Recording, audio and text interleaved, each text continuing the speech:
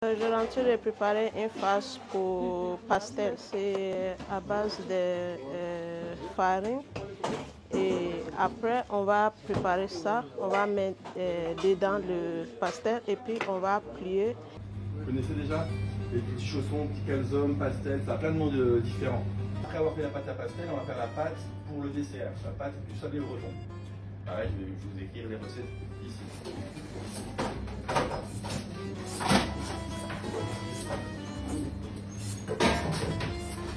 Je viens d'écrire la recette de la pâte à pastel, on la lit ensemble, vite fait.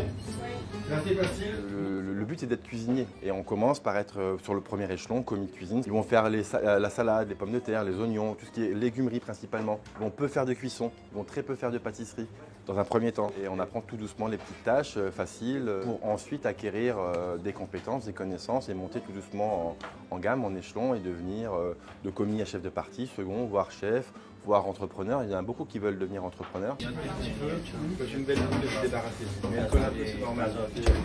Chef, Ouais. c'est bon?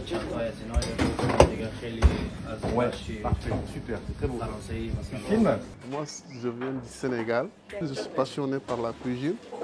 En plus, j'ai entendu mes frères, mes amis aussi, qui sont passés ici dans cette école. Ils ont eu des belles expériences et leur diplôme aussi.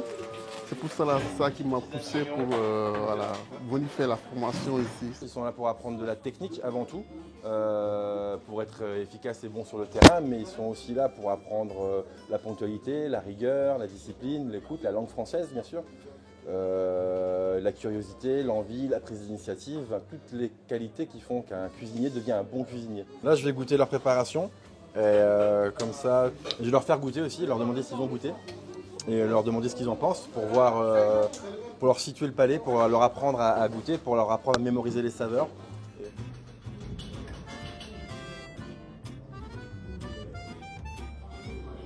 La chronologie de la formation, c'est un mois de français pendant lesquels on va apprendre tout le vocabulaire et tous les gestes liés à la cuisine. Ensuite, 2 mois d'apprentissage technique où on va apprendre à la fois les techniques de taillage, les techniques de cuisson, les techniques de préparation, les questions d'hygiène et sécurité. Ensuite, on va avoir 1 mois de stage en entreprise pendant lesquels on va mettre en pratique tout ce qui a été appris pendant la formation et découvrir en concret et en situation le métier de commis de cuisine.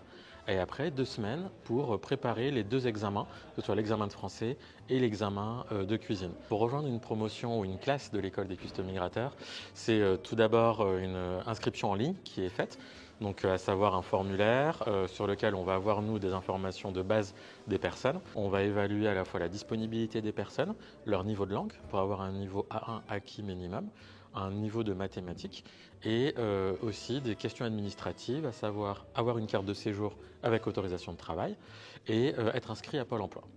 Je m'appelle Agathe, je suis chargée de ressources humaines pour le groupe Nouvelle Garde, qui est un groupe de brasserie traditionnelle française à Paris et en région. Depuis quasiment presque le début de Nouvelle Garde, on travaille avec les cuistots migrateurs. On les accueille pendant 1 mois de stage et ensuite ça débouche parfois sur des embauches en CDI.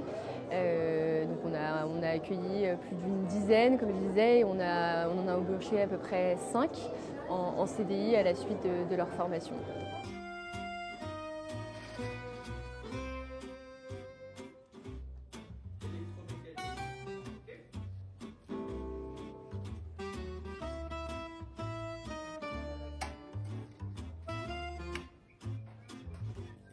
Ma rêve, ça sera de travailler dans la collectivité, dans l'école, l'hôpital. Pour moi, comme c'est ma passion, je trouve tout intéressant. C'est juste pour laver le sol chaque jour, c'est juste ça, ça me dérange un peu. Mais si je continue toujours à faire ça, j'espère que ça va aller après. C'est juste ça.